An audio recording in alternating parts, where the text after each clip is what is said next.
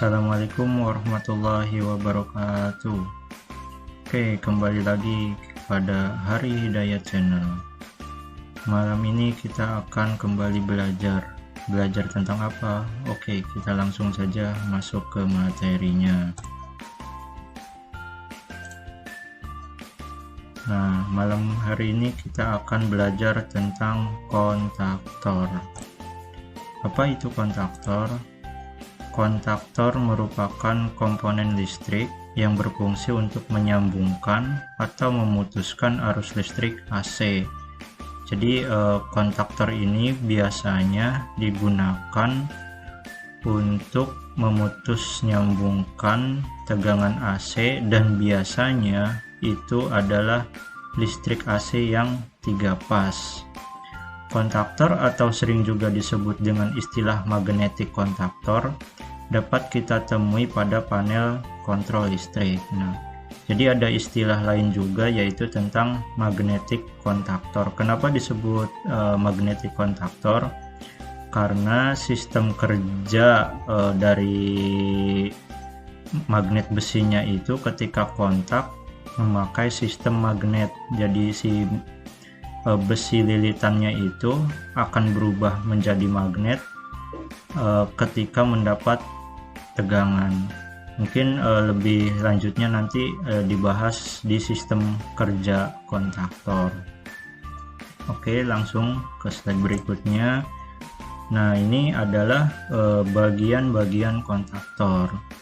Jadi yang pertama, yang paling depan ini ada 1L1, 3L2, 5L3, itu adalah kontak NO utama atau dalam istilah lain main kontak. Nah, jadi main kontak ini ada bagian atas sama ada bagian bawah. Nah, biasanya ini yang dijadikan memutus hubungkan tegangan RST seperti itu. Jadi tegangan arus 3 pas ini diputus di sini. Nah, untuk kali ini dalam ilustrasi kita menggunakan tipe SCN1 dengan brand Fuji Electric. Nah, untuk brand-brand lainnya itu secara prinsip kerja sama, tetapi mungkin bentuknya bisa berbeda-beda.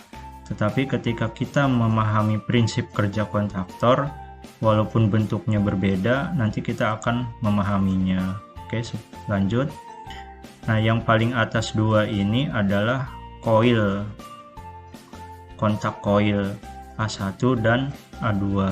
Nah, di sini juga harus, ketika kita menyambungkan di kontak koil ini, kita harus memperhatikan tegangan yang tertera di kontaktor ini berapa. Nah, untuk mengontrol kontaktor ini biasanya tertera di area sini ada tegangan bisa DC24, 110 atau 220 atau 380, tergantung kebutuhan kita dan label yang tertera di sini. Nah, untuk coil ini hati-hati jangan sampai salah menggunakan tegangan.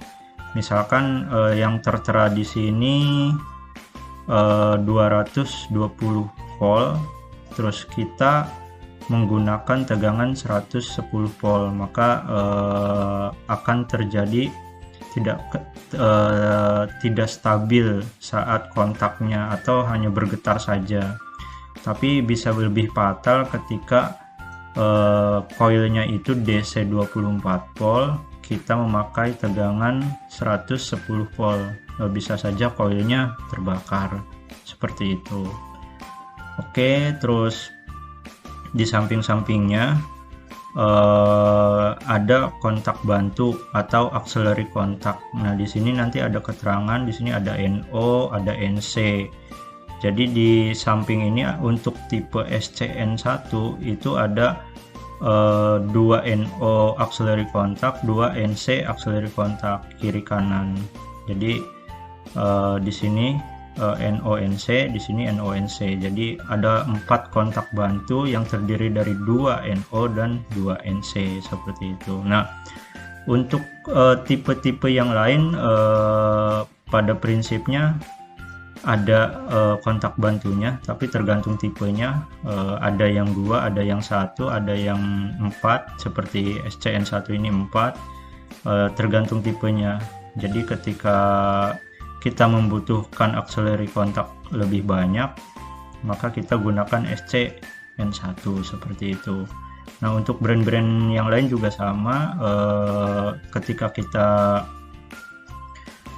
melihat auxiliary kontak ini, bisa saja tata letaknya itu berbeda seperti itu. Oke, kita lanjut. Nah, ini bagian-bagian ketika kontaktor tadi kita bongkar. Jadi ini framenya yang di depan. Nah, ini yang tadi RST atau main kontaknya di sini. Nah, ini auxiliary kontak 2 NONC auxiliary kontak. Nah, ini core-nya, inti besinya di sini, inti besi. Nah, ini coil. Nah, coil, terus ada spring. Spring dia spring selalu menekan ke atas. Nah, terus di sini ada core lagi, inti besi. Nah, di sini ada spring lagi. Jadi sistem kerjanya nanti akan dibahas di slide berikutnya. Nah, nanti ketika kita memilih tipe kontaktor, kita harus disesuaikan dengan beban yang akan kita gunakan. Misalkan di sini SCN1 itu bebannya untuk motor berapa ampere atau berapa kW. Nah, kita harus nanti ada keterangannya di sini, kontaktor ini bisa untuk berapa ampere atau berapa kW atau berapa HP motornya yang bisa digunakan untuk kontaktor ini. Jangan sampai kontaktor lebih kecil dari kapasitas motornya, seperti itu. Oke, lanjut. Nah, ini sistem kerja kontaktor. Seperti yang tadi dijelaskan, di sini ada coil di sini, terus ada besi ya.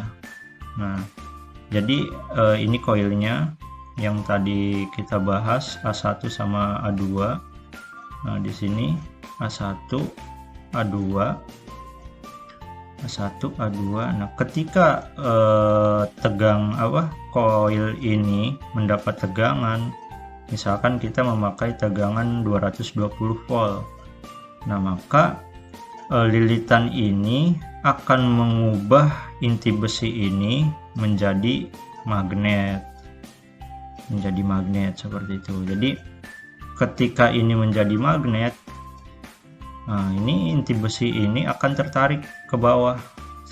Nah, nanti dia akan menempel. Nah, springnya nanti tertarik ke bawah. Nah, ketika ini menempel, maka kontak ini terhubung. 1, 2 terhubung, 3, 4 terhubung, 5, 6 terhubung. Nah, ini auxiliary kontak. Auxiliary kontak itu ada NO, di sini ada NC. Jadi ketika ini terhubung, dia akan sebaliknya. Ketika dia NO, maka ketika coil mendapat tegangan menjadi NC. Jadi 13 sama 14 nanti akan terhubung. Nah, sebaliknya ketika dia NC, maka ketika mendapat tegangan dia akan terputus. Jadi 21 sama 22 itu akan terputus. Nah, jadi nanti ketika ini coil mendapat tegangan, 1 dan 2 itu akan terhubung, 3, 4 terhubung, 5, 6 terhubung, 13, 14 terhubung, tapi untuk 21, 22 karena normalnya terhubung, ketika mendapat tegangan dia menjadi terputus seperti itu. Oke, sambil perkenalan saja selingan, ini adalah member PT YTK Indonesia, maintenance member seperti itu. Oke, terima kasih. Itulah pembahasan tentang kontaktor. Semoga apa yang dijelaskan bisa dipahami dan dimengerti, dan semoga dapat bermanfaat. Dan materi ini dikhususkan untuk member-member YTK Indonesia maintenance-nya.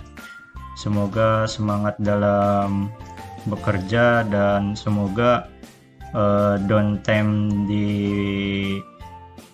perusahaan semakin mengecil dengan kita bisa bekerja sama sebagai tim. Oke, terima kasih, semangat buat semuanya, semangat buat maintenance member, kita keluarga kita semoga lebih solid lagi. Oke, say no to downtime. Terima kasih.